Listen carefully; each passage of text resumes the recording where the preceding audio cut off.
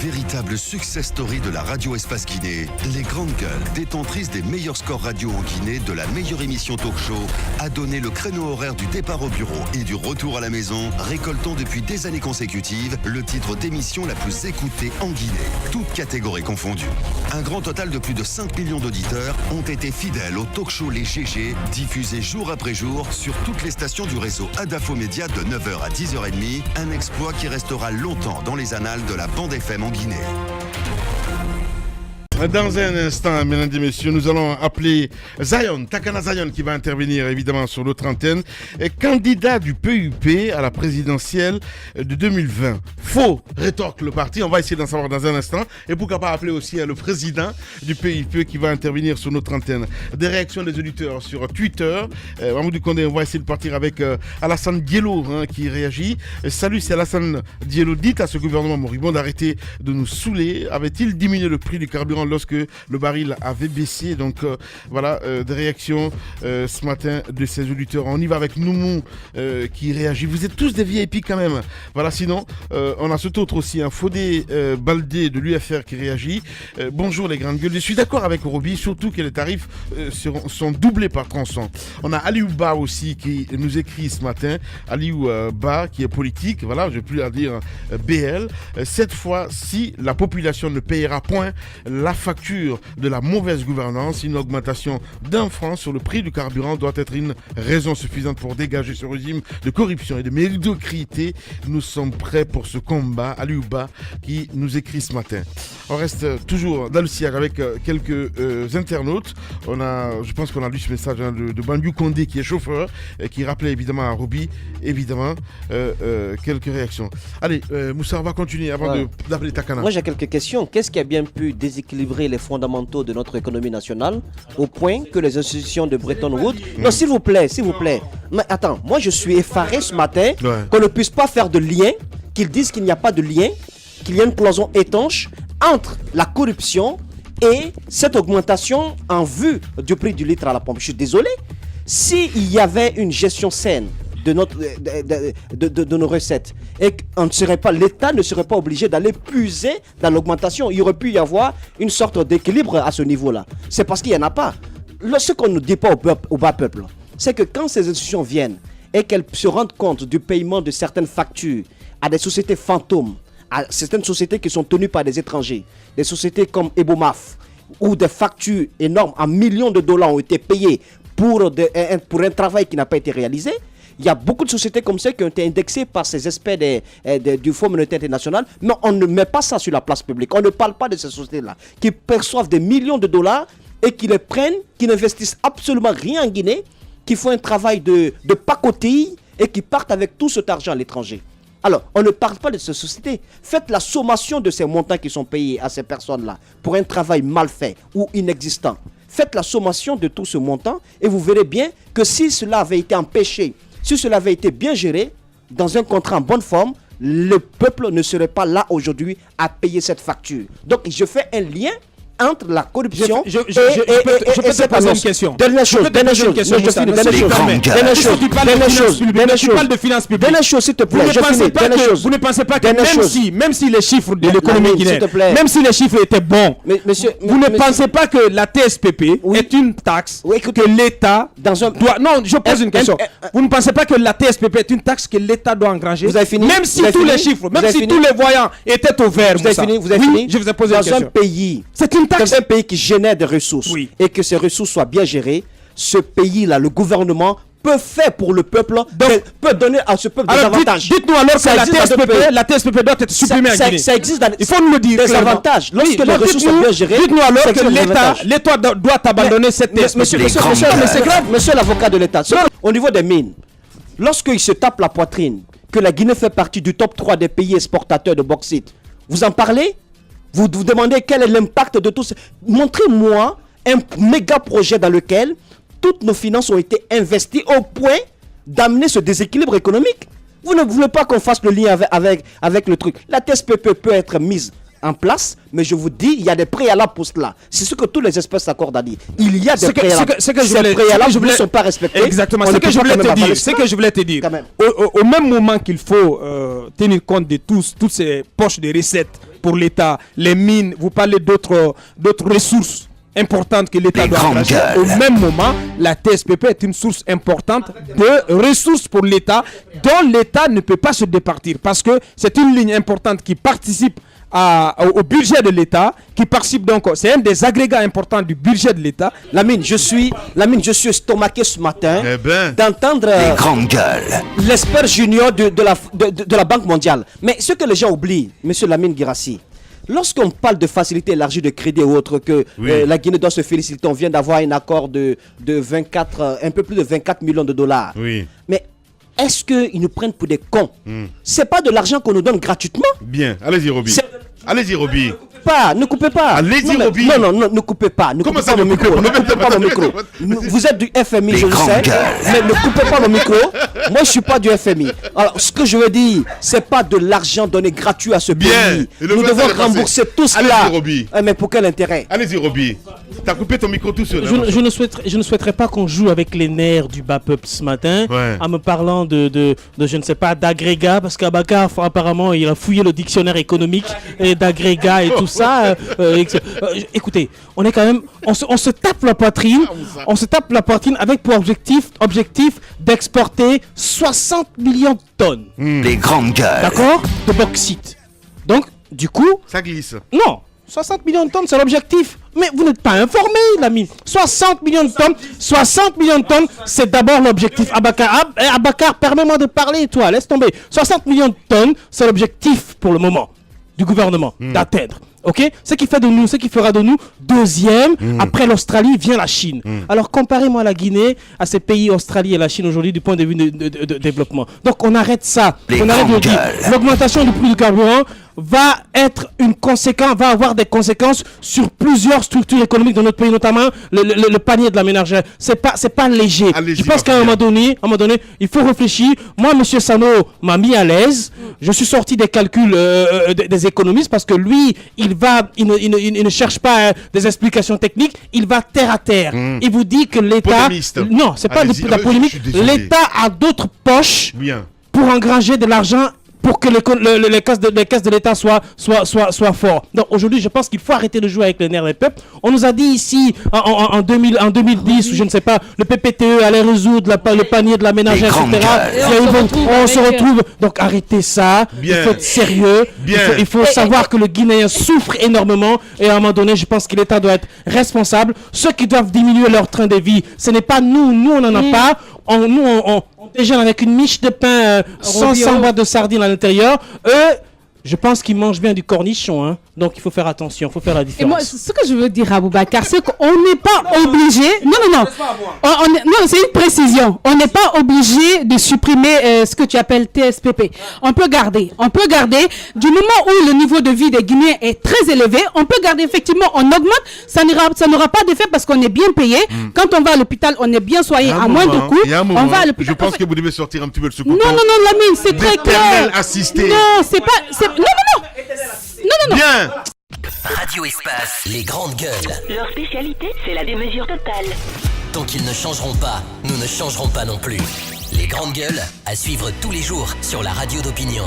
Radio Espace. Très nombreux ce matin à réagir, évidemment. Continuez à le faire. Le numéro de téléphone s'affiche juste en bas de l'écran. Et Takana Zion est en direct ce matin chez les GG.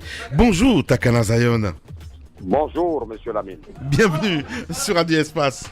Alors, Mashougi, ta galaxie, c'est d'être candidat à la présidentielle en 2020 sous la bannière du PUP. Sauf que de ce côté-là, on dit que tu n'es pas militant du PUP et donc tu ne peux pas être leur candidat. Je vous remercie de m'avoir rappelé. Je ne suis pas un homme politique. Je suis un citoyen qui est animé de bonnes intentions, qui pense à un meilleur avenir pour les jeunes de Guinée, les femmes de Guinée, les sages de Guinée. Par contre, je suis né et j'ai grandi dans la politique. Je peux dire à haute voix, sans risque d'être démenti par qui que ce soit, que mon père fait partie des membres fondateurs du premier temps de PUP. Donc, dans la continuité des œuvres que mon père a réalisées au sein du parti de PUP, je peux être candidat de PUP, je serai candidat de PUP. Vous voyez? Ouais, donc, on a compris. Moi, ouais. Non mais Takana Zion, sauf que ce n'est pas un héritage. Si ton père a été un membre fondateur du PUP, est-ce que ça te donne le droit d'être candidat si tu n'as pas la carte d'adhésion à la formation? Mon père a fait comme travail au sein du Parti de l'Unité et du Progrès, je peux être candidat pour le PUP. Je veux vous rappeler que j'ai commencé à voter pour le PUP depuis que j'ai 12 ans. Alors je suis militant de PUP. Monsieur Bangoura, son Excellence ne connaît certainement pas, et tous les militants du PUP, mais je suis militant du PUP et je peux dire à haute et intelligible voix...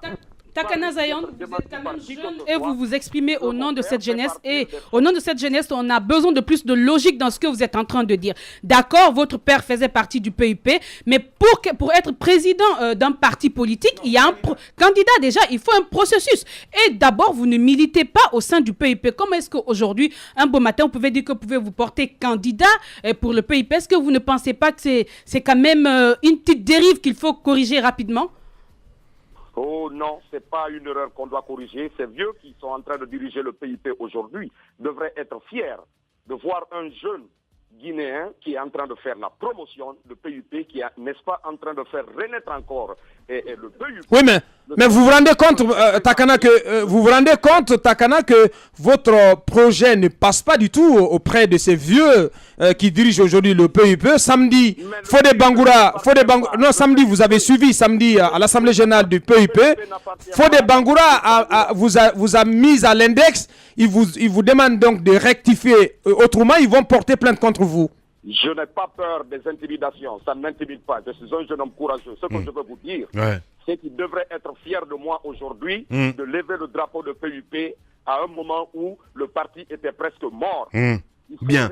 Alors, le PUP a besoin d'énergie fraîche, a besoin d'énergie de jeunes. Bien. Le PUP n'appartient pas à M. Bangoura. Bien. Cette envie. Les primaires Takana. de PUP et il verra que je suis plus sollicité que lui à la tête de ce parti. Bien. Takana. J'en ai fini. Cette question. Je suis candidat du PUP, je le suis. Bien. Je suis né et j'ai grandi dans le PUP. Nos parents ont fait beaucoup de sacrifices dans ce parti. Bien. Je ne peux pas aller recréer le monde. Bien. Donc si je veux me présenter, je veux entrer en politique, vraiment, c'est au sein du Parti de l'Unité et du Progrès que je vais me présenter. Je serai candidat, je peux être candidat et je le serai. Voilà. Bien. Dites-nous, Takana, mais attendez, Abakar, cette question, parce que cette envie, soudain, de faire de la politique, on a vu Eli Kamano récemment qui a dit qu'il a arrêté la musique. Donc vous aussi, vous allez faire comme Eli, arrêter la musique et puis s'occuper de la politique? Moi, je n'arrête pas la musique à cause de la politique. La musique, c'est mon métier de base. Je vais continuer à chanter. J'ai fait un album en Jamaïque qui s'appelle Human Supremacy. J'ai investi plusieurs milliers de dollars là-dessus. Et il doit sortir, comme on appelle, vers les mois de septembre en Europe. Bien. Je vais faire mes tournées et je vais m'occuper de ce que je dois m'occuper. Mais je n'abandonne jamais la musique. Pour la politique. Bien. Est-ce que Takana aura l'âge requis en 2020 pour pouvoir revendiquer en tout cas l'investiture du PUP comme candidat? Est-ce que vous aurez 35 ans requis? J'aurai l'âge requis. Vous aurez 35 ans en 2020? Tu penses que comme on appelle, quand les politiciens ou les artistes ou les musiciens, ils donnent un âge, c'est leur véritable âge? Vous avez quel âge maintenant? Vous avez quel âge maintenant? Ça ne regarde personne. Bien, quand même. Allez, Titi, mais non, quand même. Merci beaucoup, Titi, merci. Allez, merci beaucoup, Moussa. Oui, j'ai une question pour lui. Allez-y. Monsieur Zion. Ouais. Monsieur Zion. Allez-y. À quoi est-ce que le peuple de Guinée peut s'attendre lorsqu'un Takana Zion est quand même porté à la tête du pays? Qu'est-ce que vous avez à nous proposer? Ils doivent s'attendre à beaucoup de bonne volonté. Ils doivent s'attendre au travail. Ils doivent s'attendre à ce qu'il y ait plus d'investissement sur l'éducation, la santé et surtout l'autosuffisance alimentaire. La Guinée a tout ce qu'il faut pour être parmi les pays les plus puissants de l'Afrique de l'Ouest. Mais je remarque, comme on appelle malheureusement, que c'est juste la mauvaise volonté de nos leaders politiques qui amène le pays, n'est-ce pas, comme on appelle, dans le chaos et que les gens ils ne peuvent pas s'entendre entre eux et que nous sommes divisés. Et c'est ce que, comme on appelle, nous sommes en train de réparer aujourd'hui à travers, et depuis très très longtemps, à travers non seulement des musiques qui rassemblent les Guinéens, des musiques qui conscientisent les jeunes et qui les poussent, n'est-ce pas, à aimer l'éducation, à pouvoir s'éduquer tous les jours. sans dépendre de qui que ce soit. Car bien, le message est passé. Merci beaucoup, Takana. Les Guinéens soient respectueux des lois. Bien. Et comme on appelle, il faut investir beaucoup dans l'éducation et faire en sorte qu'il y ait plus de jeunes conscients. Le message est passé. Takana Zion, merci beaucoup. Et cette confirmation d'ailleurs du président du PTS. Il faut m'appeler son excellence Mohamed Mokhtar Souma. Voilà. Dans tes rêves. Les grandes gueules d'Adafo Média, seule émission dans l'histoire de la radio en Guinée à franchir le cap des 5 millions d'auditeurs. À Bokeh, Cancan, Labé sur Radio Espace Région. À Kindia sur Kanyazik. En forêt sur Sahali FM. Meilleure émission talk-show panafricaine sur le continent, jamais éditée dans la sous-région. Bienvenue chez les GG. Ici, on ne prend pas de gants. Les affaires courantes, le conseil des grandes gueules. Oui, Abakar, on parle de journée d'élevage, mon cher ami. Oui, journée de l'élevage, journée de l'agriculture. Les journées s'enchaînent. Le président était à la baie, donc à la rencontre des éleveurs.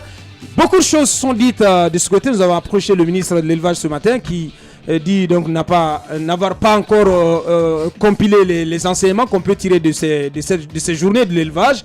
Le président a promis donc de transformer l'élevage au Fouta en or pour cette région.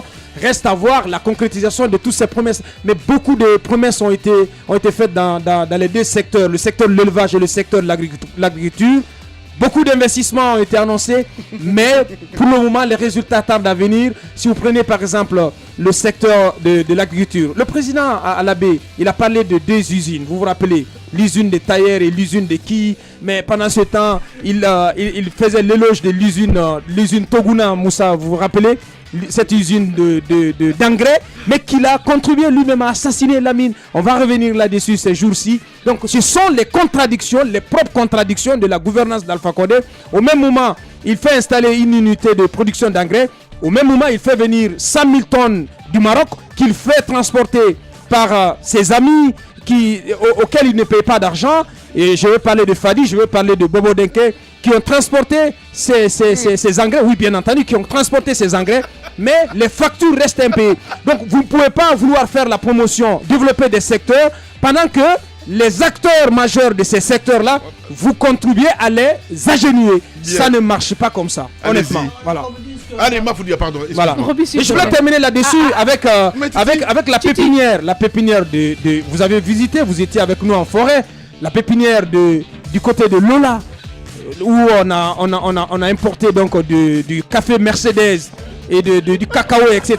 Il y a une grande pépinière là-bas qui a été visitée par le chef de l'État avec des vues aériennes, vous avez vu à la télévision. Ça a été un projet qui est porté par le Malien Kanyasi. Vous connaissez Kanyasi? Oui. Je vais vous dire que ça sent une grosse surfacturation, on va y revenir. Bien, allez-y Mafoudia. Moi je veux parler de ces examens. On n'a pas encore tiré les leçons sur les défaillances qu'on enregistre lors des examens. Aujourd'hui, il y a pas mal de choses qui sont en train de se passer quand on prend les cotisations en classe pour donner aux surveillants qui ne jouent pas leur rôle. Pour moi, ici, c'est l'occasion d'appeler ces surveillants. C'est vrai que beaucoup d'étudiants sont passés par là. Nous tous, on a dû cotiser, mais après, on se rend compte que c'est un système qu'il ne faut pas encourager. Les téléphones qui rentrent en classe, on en reparlera quand les examens, les résultats vont sortir. Déjà, il y a un observatoire qui se prononce, qui demande à ce qu'on annule ces examens. C'est déjà grave. On va attendre d'avoir plus d'éléments, mais il faut à un moment qu'on tire les leçons. Les examens qui sont en train de se passer, on revit la même chose. Les élèves qui sont en classe, qui sont en mesure d'envoyer des textos à l'extérieur, on leur envoie des sujets traités à l'intérieur, des téléphones qui rentrent, les surveillants qui acceptent de l'argent et laissent les élèves échanger. Je pense qu'aujourd'hui encore en Guinée, on est en train de laisser l'essentiel.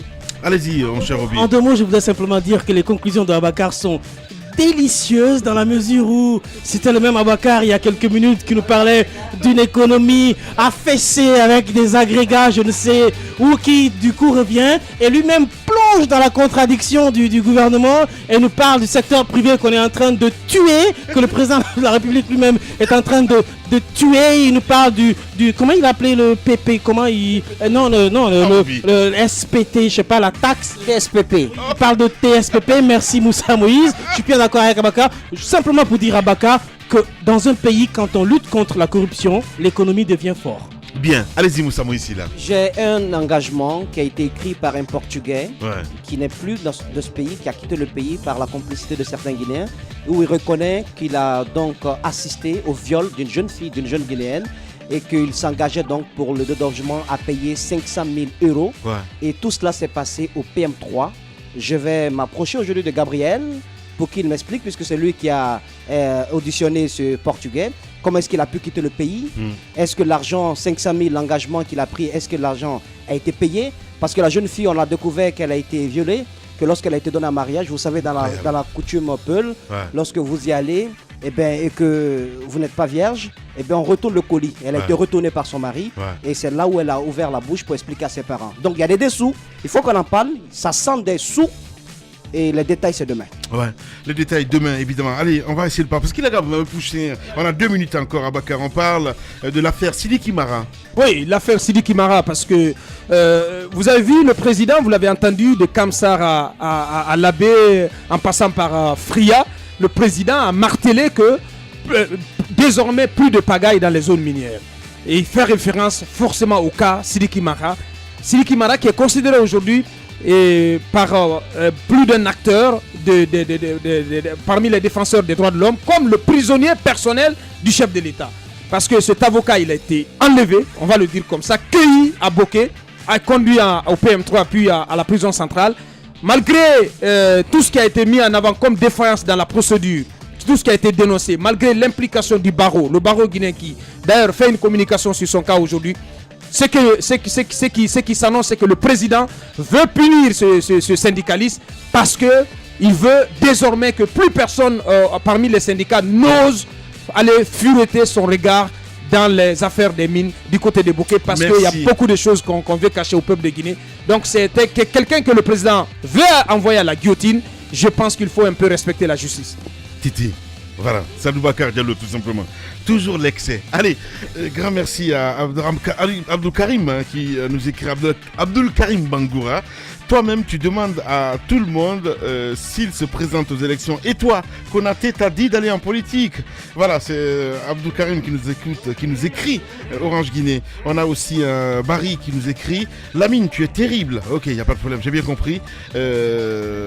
Takana Zion, selon les informations publiques, est né le 30 juin 86. Voilà, c'est Moussa Daraba qui donne ces infos.